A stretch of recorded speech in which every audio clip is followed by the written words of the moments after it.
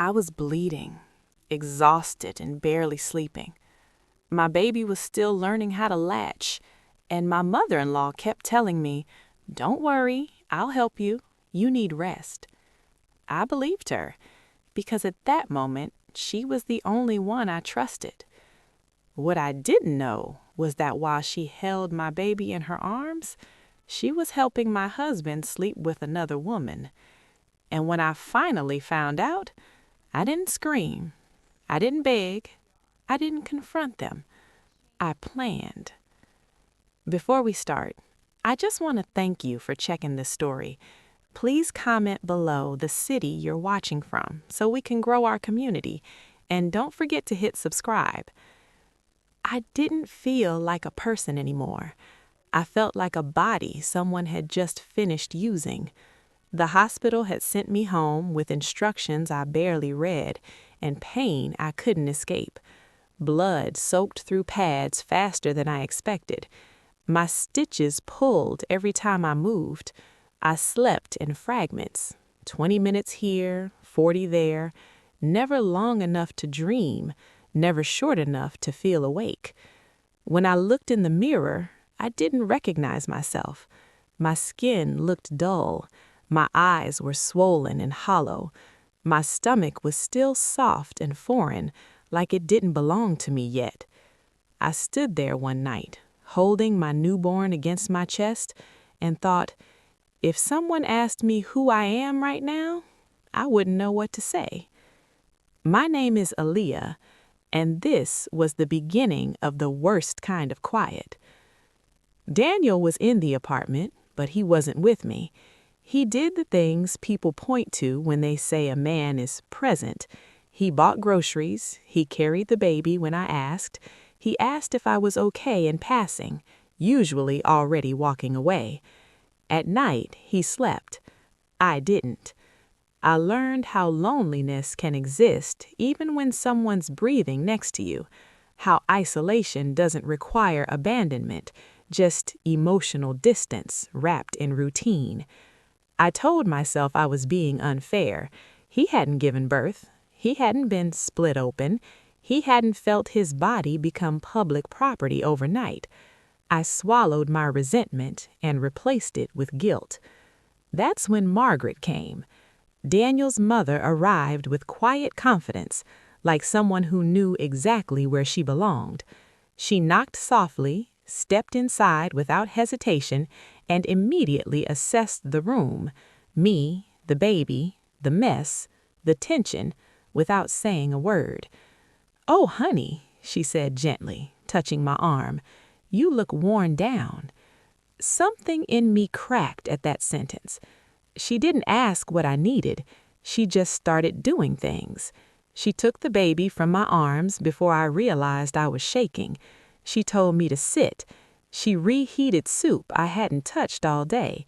She moved around the apartment like it was already familiar to her. "You need rest," she said. "That's the most important thing right now."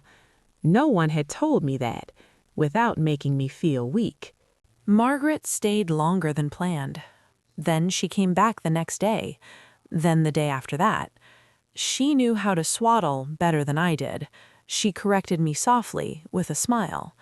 She said things like, "You'll learn," and "It takes time," in a way that made me feel both comforted and strangely small. When I cried, she nodded knowingly. "Hormones can really mess with your head," she said. "You can't trust every thought right now." I believed her. Daniel relaxed when she was there. He joked more. He left the room more easily. Sometimes he disappeared entirely, trusting that his mother had things handled. And she did. She handled everything. I started waiting for her before doing things, waiting for her approval before trusting my instincts. When I hesitated, she stepped in.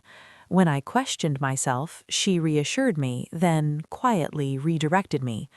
"Let me show you an easier way. You don't want to overwhelm yourself. You've already been through enough." Her voice was calm, steady, certain. Mine was not. I didn't notice when her presence stopped feeling like help and started feeling necessary. I didn't question why I felt calmer when she was holding my baby than when I was. I told myself I was lucky. Daniel said it too. "You're really lucky my mom can be here like this," he said one afternoon, scrolling through his phone. "Most women don't get this kind of support." Lucky? I nodded because arguing felt too heavy. That night, after Margaret left, the apartment felt hollow. I stood in the kitchen, rocking my baby in the dark, listening to Daniel sleep down the hall. My body still hurt, my thoughts still felt foggy, but something else lingered too, a quiet discomfort I couldn't place. It wasn't fear, not yet. It was more like the feeling you get when furniture has been moved in the dark, and your body knows the space has changed, even if your eyes can't see how. I told myself it was exhaustion, hormones, recovery. I held my daughter closer and tried to sleep. I didn't know then that this was the moment everything shifted. All I knew was that I was falling apart, and someone had stepped in to hold the pieces. I thought she was saving me, but in reality, she was saving someone else. Margaret didn't announce that she was taking over. She never said, "I know better than you." She didn't have to. It happened in increments so small I barely noticed them. A suggestion here, a gentle correction there, always wrapped in warmth, always followed by a smile that made it feel rude to question her. "You should try feeding her every 3 hours," she said one morning, glancing at the clock. "That's what worked best for Daniel." I nodded, even though my daughter had just eaten, even though my body told me something different. I wrote it down anyway. Margaret loved schedules, charts, systems. She taped a feeding plan to my refrigerator and said it was just to help. When the baby cried outside the planned time, Margaret would tilt her head slightly. "Are you sure she's hungry?" she asked. "Sometimes babies just fuss. Sometimes mothers just fuss too." That's what her smile seemed to say. I stopped responding to my instincts. I waited for confirmation. When I hesitated, Margaret was already there, arms open, voice calm. "You're still recovering," she'd remind me. "Your body went through a lot." I let her take the baby so I could lie down. I let her tell me when to nap, when to eat, when to shower. It felt like relief, like someone finally giving me permission to stop failing. Daniel rarely questioned it. In fact, he seemed grateful. "You know, my mom's really good at this," he said once, watching her soothe the baby while I sat on the couch. "She raised me on her own for a while. She's strong." The word strong hung in the air between us. Margaret smiled at him, then she looked at me. "You'll get there," she said gently. "Not everyone adjusts at the same pace." It wasn't an insult, it wasn't praise either. It was something in between, something that slid under my skin and stayed there. She commented on the way I held the baby, on the way I dressed, on how tired I looked. "You really should try to look more put together," she said one afternoon, handing the baby back to me. "It'll help you feel more like yourself." I glanced down at my sweatpants, my hair pulled back, my skin still healing. I wanted to ask her when exactly I was supposed to find the energy for that. Instead, I apologized. Margaret noticed everything, the way I spoke softly, the way I hesitated, the way I asked before doing things in my own home. "You're very gentle," she said once, like it was both a compliment and a warning. "Daniel needs someone steady." Steady, balanced, grounded. Words she used often, words that never quite seemed to describe me. She talked about other women in passing, friends' daughters, women she admired. They were always described in the same way. So polished, so disciplined, so feminine. I noticed how those words landed. I noticed how none of them sounded like me. When I expressed doubt about the baby, about Daniel, about myself, Margaret reassured me quickly. "You're overthinking," she said. "That's common after childbirth." "You've always been a bit emotional," she added once, squeezing my hand. "There's nothing wrong with that." I felt seen and dismissed at the same time. She started saying things like, "Daniel worries about you," even when he hadn't said a word. She spoke for him so smoothly that it felt natural to accept her version of his thoughts over my own questions. And when I hesitated, when something in me whispered that I was disappearing inside this help, Margaret ended the conversation the same way. "You should be grateful," she'd say softly. "So many women don't have anyone." Grateful. So I stayed quiet. I told myself this was support, that I was lucky, that I was just sensitive, just tired, just learning. But in the quiet moments, when Margaret wasn't there, when the apartment fell still, I felt it again. That discomfort. Like my confidence had been gently lifted out of my hands and placed somewhere else. Like someone else was now deciding what I could handle. I didn't know how to name it. I didn't know how to stop it. All I knew was that I needed Margaret now, and needing her felt safer than trusting myself. Daniel started leaving more often. At first it felt harmless. Errands, short drives, just stepping out for a bit. I barely noticed because time had lost its shape. Days blurred together, nights stretched endlessly.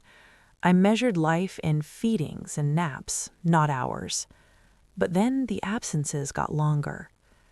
He'd say he was going to the store and come back 2 hours later. He'd take calls in the hallway, lowering his voice, turning his body away from me. When I asked where he'd been, his answers were vague. Out. Running around. Taking care of stuff. I told myself not to read into it. I told myself I was exhausted, emotional, still recovering. I repeated the same phrases Margaret had taught me, like mantras meant to keep me calm. When I finally mentioned it to her, she didn't look surprised. "Oh, Aaliyah," she said softly, "he's under a lot of pressure." She explained everything so smoothly that my questions felt unnecessary by the time she finished. Daniel was overwhelmed. He was trying to provide. He needed space. Men handled stress differently. "You don't want to smother him," she added gently, "especially right now." The word smother stayed with me. The next time Daniel left without explanation, I didn't ask. I waited. When he came back late, I told myself Margaret was right. When he forgot to check in, I reminded myself that I didn't want to be that woman, needy, insecure, dramatic. Still, something didn't add up. There were small things. His phone never left his side. He'd shower the moment he got home, even if he said he'd barely been out. Sometimes he smelled different. Soap that wasn't ours, cologne he hadn't worn in years. I noticed. And then I hated myself for noticing. When I brought it up, carefully, choosing my words like stepping on glass, Daniel sighed. "You're reading too much into things," he said. "My mom warned me you might get like this." Get like this. That night, I cried quietly in the bathroom while the baby slept. I stared at my face in the mirror, trying to see myself the way they seemed to see me. Unstable, fragile, overreacting. Margaret listened patiently the next morning, nodding as I spoke. "You've been through trauma," she said. "Your body is still healing. Hormones can really distort perception." Distort perception. She said it kindly, like she was protecting me from my own mind. "You have to be careful not to project your fears onto Daniel. He's doing his best." I apologized for doubting, for questioning, for creating tension. After that, I started doubting everything. If I felt uneasy, I assumed it was anxiety. If something didn't make sense, I blamed exhaustion. If I noticed patterns, I told myself I was imagining them. Daniel came and went. Margaret filled in the blanks. She always had an explanation ready before I even asked. He stopped by to see a friend. He needed air. He's just trying to escape the chaos. The chaos. I started hearing myself described as a situation instead of a person. Sometimes, late at night, panic crept in, quietly. Not the kind that makes you scream or hyperventilate, just a tightness in the chest, a buzzing under the skin, a feeling that something important was slipping through my fingers and I didn't know how to grab it. I'd hold my baby close, listening to her breathe, grounding myself in the one thing that felt real. Everything else felt negotiable, rewritable, uncertain. Margaret noticed my silence and praised it. "You seem calmer lately," she said. "See, rest helps." Daniel smiled more when I asked fewer questions. So I learned. I learned how to swallow doubt, how to replace curiosity with guilt, how to convince myself that discomfort was a personal flaw. And slowly, without realizing it, I stopped trusting my own thoughts. Because every time I questioned something, every time I tried to connect the dots, every time I listened to that quiet voice inside me, I was told the same thing, that I was tired, that I was sensitive, that I was imagining things. Every question I asked became proof that something was wrong with me. What I didn't understand at first was that this wasn't chaos, it was coordination. Margaret and Daniel never argued in front of me. They didn't whisper behind closed doors or exchange meaningful looks when I entered a room. There were no raised voices, no dramatic scenes that would have made the manipulation obvious. That was the genius of it. They spoke the same language, calm, reasonable, concerned. And every conversation followed the same quiet pattern. I would speak, and by the time it ended, I would feel like I had misunderstood myself. It usually started with a question. "Why didn't you tell me you'd be late? Why does it feel like you're never here anymore? Did something happen that I don't know about?" Daniel would sigh, like I'd asked something exhausting. "I told you, we talked about this." I'd search my memory, replaying the days in my head, trying to find the moment I'd missed. When I hesitated, Margaret would step in smoothly. "He mentioned it in passing," she'd say. "You were tired that day." Tired. Always tired. Sometimes I'd insist, "I really don't remember that." Margaret would smile sympathetically. "That's what worries me," she'd say. "You've been so overwhelmed lately." The conversation would shift instantly from what Daniel did to how I was coping. If I said I felt lonely, they heard accusation. If I said I felt confused, they heard instability.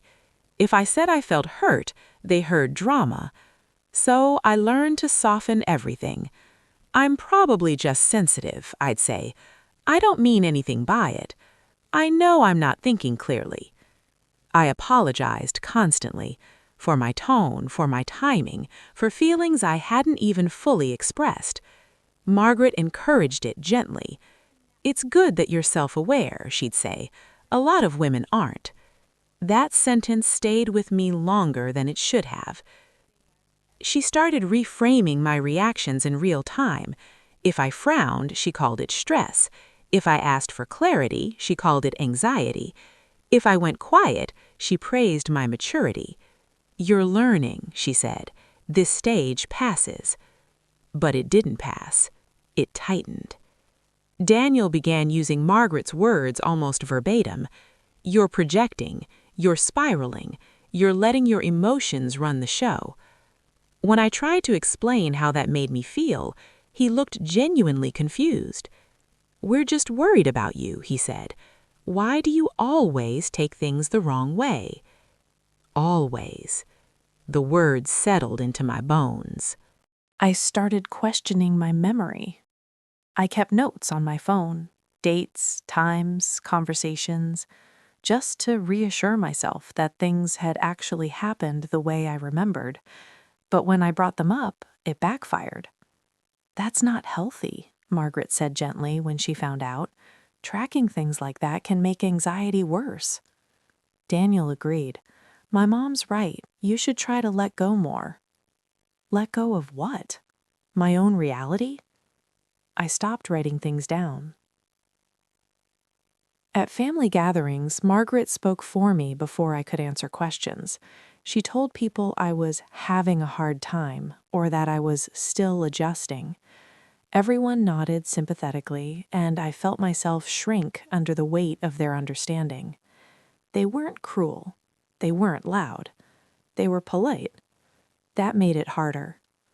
I noticed how often Daniel and Margaret checked in with each other, small updates I wasn't part of. A glance, a text, a shared understanding that didn't include me. When I brought it up, Margaret laughed softly. "Oh, don't be silly," she said. "We're just making sure everything's taken care of." Everything, including me. The exhaustion was no longer physical. It was mental, emotional, the kind that makes you feel like you're disappearing in your own life. I spoke less, I smiled more, I learned how to swallow words before they became problems. And still, the discomfort didn't leave. It grew quieter, heavier, like carrying a truth I wasn't allowed to name. I started to wonder if I had always been this fragile, this difficult, this much work. Margaret assured me it was temporary. Daniel assured me it was concern.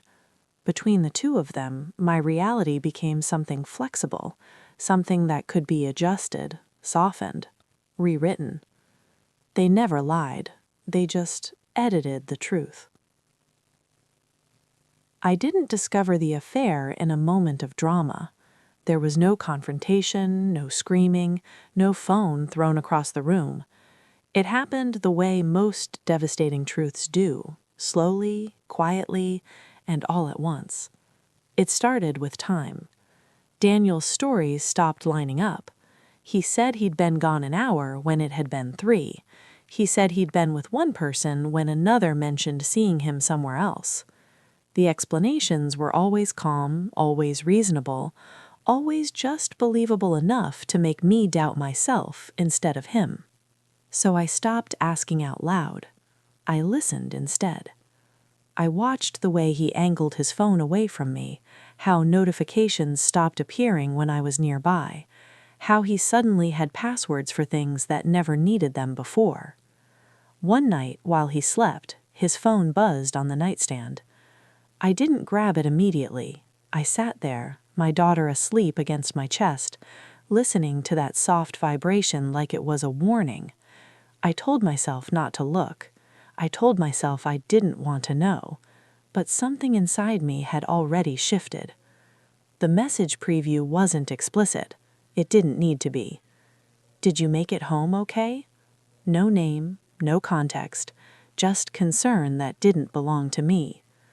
I unlocked the phone without thinking. My hands didn't shake. My heart didn't race. I felt strangely calm, like my body had been preparing for this long before my mind caught up. The thread was muted, hidden, but not erased. There were weeks of messages, casual at first, then intimate, inside jokes I'd never heard, plans that overlapped with moments I remembered vividly, nights I'd cried alone while he was out clearing his head, mornings he came home smelling of soap that wasn't ours. I scrolled without emotion. I saw my postpartum weeks laid out in timestamps, messages sent while I was bleeding, while I was nursing, while my daughter was still learning how to breathe properly outside my body. There were gaps, hours unaccounted for that suddenly made sense. Conversations that filled in the empty spaces Margaret had so carefully explained away. And then there was one message that ended everything. I hate lying to her, but she wouldn't understand. I put the phone down gently, like it might shatter if I dropped it. Daniel stirred in his sleep. I watched his face, trying to reconcile the man beside me with the one who had written those words. I felt nothing. No anger, no urge to wake him, just a deep, hollow stillness. I didn't cry. Not then. I waited days before saying anything, not because I was planning, not because I was scared. I just needed to understand the shape of the truth. I paid attention to what wasn't said, to the way Margaret continued to cover for him without missing a beat, to how easily she filled in his absences, how quickly she reassured me when I looked unsettled. He's been so stressed, you know how men are. I realized then that she wasn't guessing. She knew. The clarity settled in slowly, like cold water seeping through fabric. I replayed conversations in my head. Times Margaret had insisted I rest while she stayed with the baby so Daniel could run errands. Times she'd told me I was imagining distance while quietly managing the logistics of his freedom. I thought back to how calm she always was, how unbothered, how certain. That certainty wasn't empathy, it was preparation. I didn't confront Daniel right away. I needed to see how far the lie went. I needed to know who else was inside it. I noticed how friends avoided my eyes, how conversations stopped when I entered a room, how someone once said, "You're so strong," in a tone that felt like pity instead of admiration. One afternoon, I asked a mutual friend a casual question. "Have you seen Daniel lately?" She hesitated.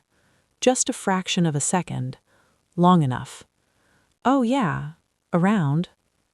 "Around where?" She didn't say. That was when it hit me. This wasn't just betrayal. It was exposure. People knew. People had known. People had adjusted their behavior around me while I stumbled through my days, bleeding and exhausted and confused, thinking I was losing my mind. I thought about the messages again, about how easily he'd written she wouldn't understand.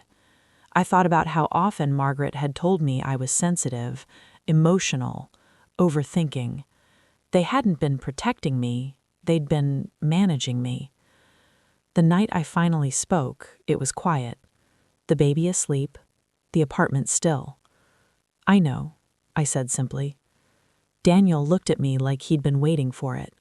He didn't deny it. He didn't apologize. He just looked tired. It wasn't supposed to happen this way. This way? As if there was a version of betrayal that would have been acceptable. I didn't raise my voice. I didn't cry. I just nodded slowly, letting the truth settle into its final shape. And in that moment, the grief came, not as pain, but as understanding. Understanding that the worst part wasn't the cheating, it was the network around it, the silence, the cooperation. The way my reality had been managed by people who smiled to my face. I went to bed that night holding my daughter, staring at the ceiling, feeling numb in a way I didn't know was possible. Because once you see the truth clearly, there's no comfort left in confusion. And once you understand how many people knew, you realize you were never just betrayed, you were surrounded. When I went to Margaret, I wasn't looking for a confession. I already had the truth. What I needed was confirmation of something else. Whether the woman who had held my baby, wiped my counters, and told me to rest had ever been on my side at all. I asked her to come over while Daniel was out. I didn't say why. She arrived the same way she always did, calm, composed, already certain she was welcome. She noticed immediately that something was different. "You look tired," she said, sitting down. "Have you been sleeping?" That was how she started everything, with concern. "I know," I said. She paused, just briefly, not enough for anyone else to catch it, but I saw it, the calculation, the quick adjustment. "What no?" she asked. "About Daniel." She leaned back in her chair and folded her hands in her lap. No shock, no confusion, no denial, just patience. "I was hoping you'd calm down before we talked about this," she said gently. "This isn't a good time for you." That was the moment it became undeniable. "You knew," I said. She sighed, not in guilt, but in disappointment, like I'd failed to handle something the way she'd expected. "I knew he was struggling," she said carefully. "Daniel has always had a hard time with pressure." Pressure. She spoke as if the affair had simply happened to him, as if it were a weather event, not a choice. "You covered for him," I said. My voice sounded far away to my own ears. Margaret tilted her head. "I protected my son." From what? From accountability? From consequence? "You watched me fall apart, and you said nothing." She reached for my hand the same way she always had. I pulled it back. "I was trying to keep this family together. You weren't in a place to handle the truth." There it was. Not, "He betrayed you," not, "I was wrong," but "you couldn't handle it." She spoke calmly, confidently, like this explanation should make sense. "You were emotional, fragile. You were barely coping as it was. I was worried about the stress would do to you." I stared at her, feeling something shift deep inside my chest, something sharp, focused. "So instead," I said slowly, "you let me believe I was losing my mind." Margaret didn't answer that directly. She never answered things directly. "You have to understand," she said, "Daniel needed support, and you were unpredictable." Unpredictable. A word she'd never used out loud before, but one that had clearly lived in her mind for a long time. "You're very sensitive," she added. "That's not a flaw, but it does make things more complicated." Complicated for who? She went on, as if explaining a difficult but reasonable decision. He needed peace, stability, someone who wouldn't question every move he made. I felt my stomach drop. "You mean someone who wouldn't challenge him?" She smiled faintly. "I mean someone who understands him." And just like that, I saw it. This wasn't about loyalty. It wasn't even about love. It was about control. Margaret hadn't chosen her son because she believed he was right. She had chosen him because protecting him preserved her position, her influence, her authority. If Daniel had been wrong, then she had failed, and that was unacceptable. "So you blamed me," I said. "I didn't blame you," she replied quickly. "I was concerned about you." Concern. That word again. Always the shield. "You made me doubt myself," I said. "You told me I was unstable." "I said you were overwhelmed," she corrected smoothly. "There's a difference." I laughed then, a short, quiet sound that surprised both of us. "That's the thing," I said. "You never lied." Margaret watched me closely now. "You just edited the truth." Her expression tightened just a little.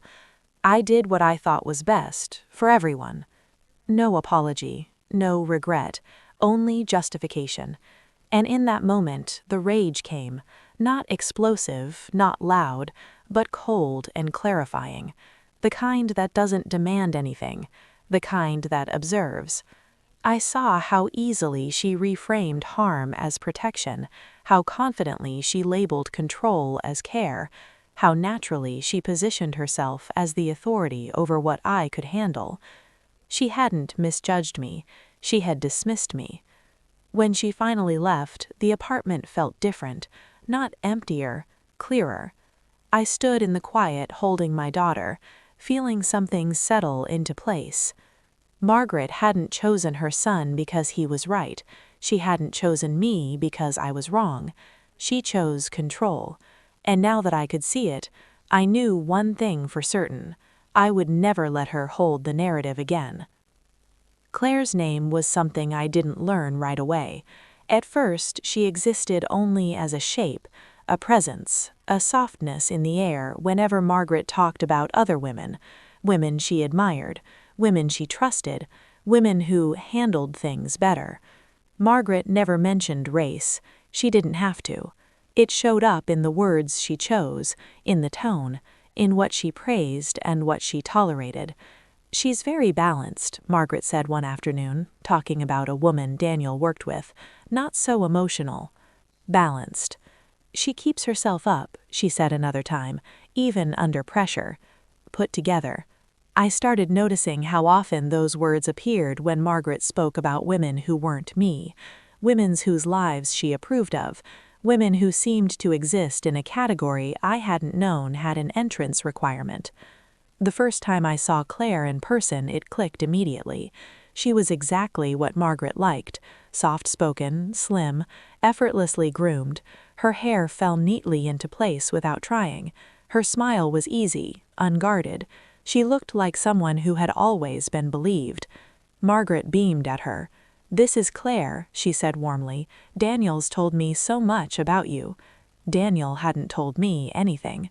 Claire's eyes flicked to mine, then away. She smiled politely, but there was something else there too. Recognition, maybe, or discomfort. She knew who I was. Margaret touched Claire's arm lightly. "Isn't she just lovely?" she said, almost to herself. Lovely. She never used that word for me. As we talked, Margaret praised Claire openly, her discipline, her composure, her femininity. She laughed about how some women struggle with stress while others just know how to manage themselves. Her eyes never left me when she said it. I sat there, listening, feeling something painful but clarifying settle into place. This wasn't about my postpartum body. This wasn't about my emotions. This wasn't even about Daniel. It was about proximity to a standard I had never been meant to meet. Margaret didn't see me as unstable because I was fragile. She saw me as unstable because I didn't perform womanhood the way she trusted, because my exhaustion read as failure instead of sacrifice, because my pain wasn't quiet enough to be ignored. Claire's calm was interpreted as strength. My silence had been interpreted as volatility. Later, when I was alone, I replayed every comment Margaret had ever made. "You're very expressive. You feel things deeply. You don't always regulate well." Things she framed as observations, never insults, never overt, but always comparisons. I saw it clearly then, the hierarchy I had been living inside without knowing its rules, where whiteness meant credibility, where softness meant safety, where femininity looked a very specific way. Margaret hadn't chosen Claire because she was better than me. She had chosen Claire because Claire made sense to her, because Claire didn't challenge her worldview, because Claire didn't make her uncomfortable, because Claire didn't remind her that strength can look like survival. And suddenly the shame I'd been carrying for months had nowhere left to sit. I wasn't failing. I wasn't difficult. I wasn't unstable. I wasn't too much. I had simply been miscast in a role Margaret never intended to see me succeed in. That realization hurt in a way I wasn't prepared for. Not sharp, not explosive, just deep, grieving. I mourned the version of myself who had tried so hard to earn approval that was never available, who had apologized for pain that should have been protected, who had mistaken tolerance for love. But underneath the pain was something else: relief. Because if the problem was never me, then I didn't need to fix myself. I didn't need to soften my voice. I didn't need to shrink my needs. I didn't need to contort my grief into something palatable. Margaret's standards were not universal truths. They were preferences, biases, boundaries disguised as concern. And once I saw that, I stepped out of the hierarchy entirely. I stopped measuring myself against a scale designed to break me. I wasn't failing. I was never the right color for forgiveness. And finally, that stopped feeling like my burden to carry. After the clarity came the quiet. Not peace, not healing, quiet. I stopped asking questions I already knew the answers to. I stopped confronting lies that would only be reshaped. I stopped explaining myself to people who benefited from misunderstanding me. To them, it looked like I was breaking. I cried less. I spoke less. I nodded when Margaret gave advice I didn't ask for. I thanked her for help I would later undo. I let Daniel believe his silence was winning. I let him think my exhaustion had finally defeated me. They mistook stillness for surrender. What they didn't see was the notebook. It stayed tucked inside a drawer beneath baby clothes and hospital discharge papers. Nothing dramatic. Dates, times, who said what, who picked up the baby, who canceled, who promised and didn't show, screenshots saved to a cloud they didn't know existed, messages exported, call logs backed up. I documented everything. Not emotionally, precisely. I wrote the way someone writes when they no longer need to convince anyone, only to remember. I learned their patterns. Daniel's disappeared most often on nights Margaret insisted I rest. Margaret's help always aligned perfectly with his absences. Their stories overlapped just enough to feel coordinated, never enough to be consistent. And I stopped correcting them. When Margaret said, "Daniel told me you were overwhelmed," I didn't say he hadn't. When Daniel said, "My mom thinks you need space," I didn't argue. When they reframed my silence as instability, I let it stand. Let them build the narrative. Let them underestimate me. I focused on what mattered: my body healing, my children sleeping, my finances stabilizing. I spoke to lawyers quietly, asked questions without urgency, listened more than I talked. I didn't threaten, I didn't warn. I didn't give speeches about fairness or morality. I learned the rules instead.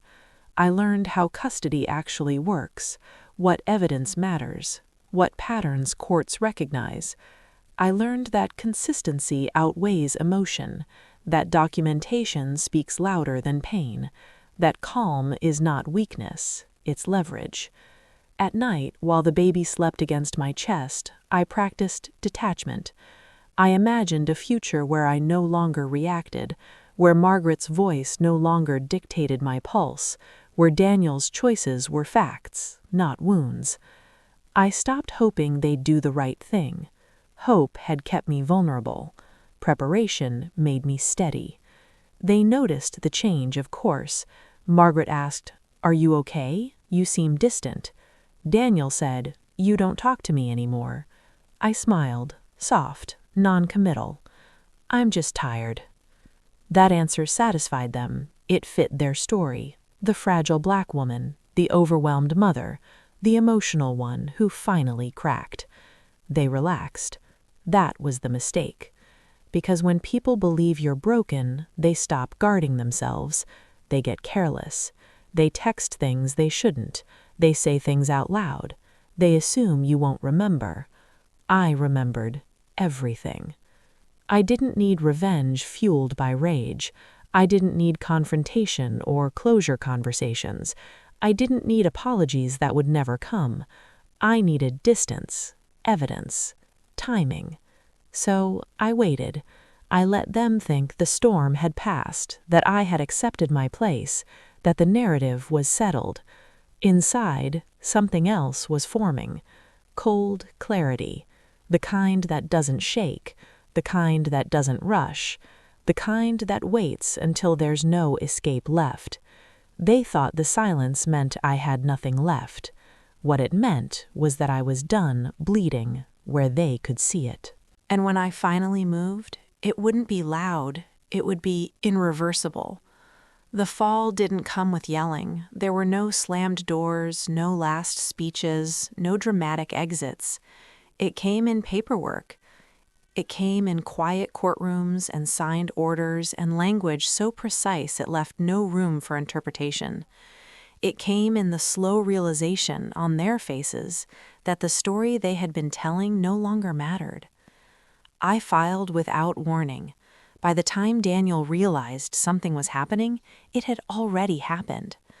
Temporary custody arrangements were issued first, structured, specific, non-negotiable.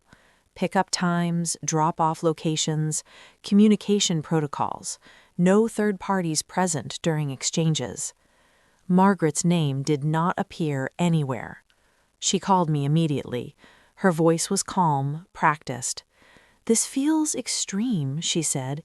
"You know I've only ever tried to help." I let the silence stretch. "You're overreacting," she continued gently. "This isn't healthy for the children." I didn't argue. I forwarded the order. She read it. I could hear the shift in her breathing through the phone. Access removed. Not because I accused her of harm, not because I painted her as a villain, but because I documented patterns, overreach, undermining, inconsistencies that, when laid out plainly, told a story she could no longer sweeten. Margaret had never imagined a world where she was central.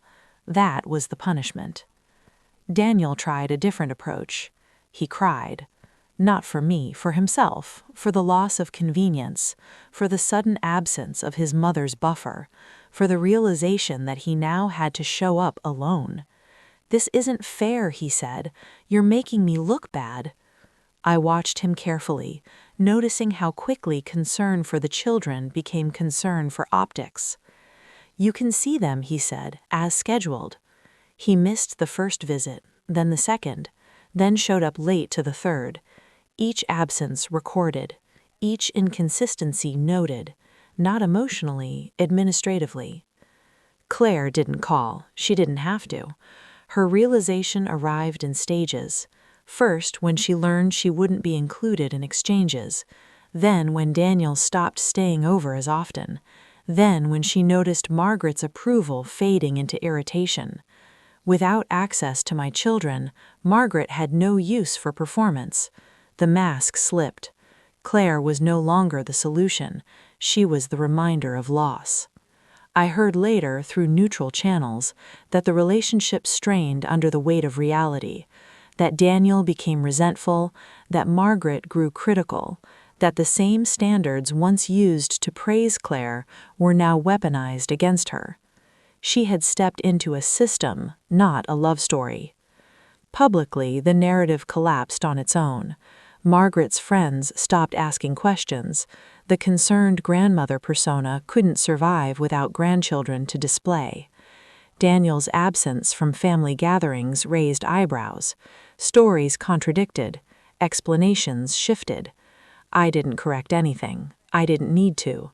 The truth doesn't need defending when it's consistent. The final order came months later. Custody formalized, boundaries codified, third-party interference explicitly prohibited, communication limited to parenting matters only. Margaret read the document in silence. Daniel signed it with shaking hands. Claire, I was told, left shortly after. Not because I confronted her, not because I humiliated anyone, but because proximity to that family came with a cost no one had disclosed. I felt no triumph, only a deep, unexpected sadness. For the years I had tried to earn love in a house that measured worth through control. For the version of Daniel who might have grown if he'd ever stood alone. For Margaret, who lost everything by trying to own it. And for myself. Because justice, I learned, isn't loud. It doesn't clap. It doesn't celebrate. It just closes doors. I didn't take revenge. I removed access. And once that happened, everything else fell on its own. The house is quiet now. Not the heavy, watchful quiet it used to be. Not the kind that waits for footsteps or mood shifts or the sound of someone else deciding how the day will go. This quiet is earned. I wake up before my children sometimes just to sit with it. The early light spills across the floor, soft and forgiving. My daughter breathes steadily in her crib. My son sleeps curled on his side, one hand tucked under his cheek. Their peace feels like proof. I didn't break them. That fear haunted me longer than the marriage ever did. I thought survival would leave me hardened, bitter, suspicious of everyone. I thought I'd emerge sharp-edged, always ready for the next betrayal. Instead, I emerged clear. I no longer explain myself to people committed to misunderstanding me. I no longer soften boundaries to spare someone else's discomfort. I no longer confuse endurance with love. There is strength in knowing when to step back. Motherhood taught me that, not the performance of it, but the truth. The kind that means choosing stability over appearance, silence over chaos, distance over constant damage. Daniel exists at the edge of our lives now, where he belongs, structured, contained, predictable. No more emotional access, no more narrative control, just responsibilities. Margaret is a memory with consequences. I don't speak her name. I don't replay conversations. I don't imagine apologies. The absence of her influence is enough. What surprised me most was the space that opened once I stopped fighting to be seen. I filled it with rituals, Sunday mornings in pajamas, cooking meals I enjoy learning slowly, imperfectly, walking with my children and letting them lead, therapy sessions where I no longer recount chaos, but build language for the future. I look at my reflection now and recognize myself, not the woman I was before, not the girl who left home early believing independence would protect her from harm. This version of me is quieter, stronger, unimpressed by approval. I don't need to be chosen by anyone who requires me to disappear. Sometimes I think about how terrified they were when I stopped reacting. Not angry terrified, not dramatic terrified. The kind of fear that comes when control no longer works. I didn't expose them. I didn't destroy reputations. I didn't scream the truth into rooms that wouldn't hold it. I simply walked away with my children and my clarity intact. And that was enough. My children will grow up watching a woman who chose herself without cruelty, who built safety without vengeance, who understands that dignity doesn't demand an audience. They will know love as something steady, not conditional, as something that doesn't need to be earned by shrinking. I didn't win. I survived, and that terrified them. And for the first time in a very long time, I am at peace. Thank you so much for staying with this story until the end. If it resonated with you in any way, please hit the like button. It really helps this channel reach more people who need these stories. I'd love to hear your thoughts or your own experiences in the comments. You're not alone here. And if you want more stories like this, make sure to subscribe and turn on notifications so you don't miss the next one. Your support means more than you know. Thank you for watching.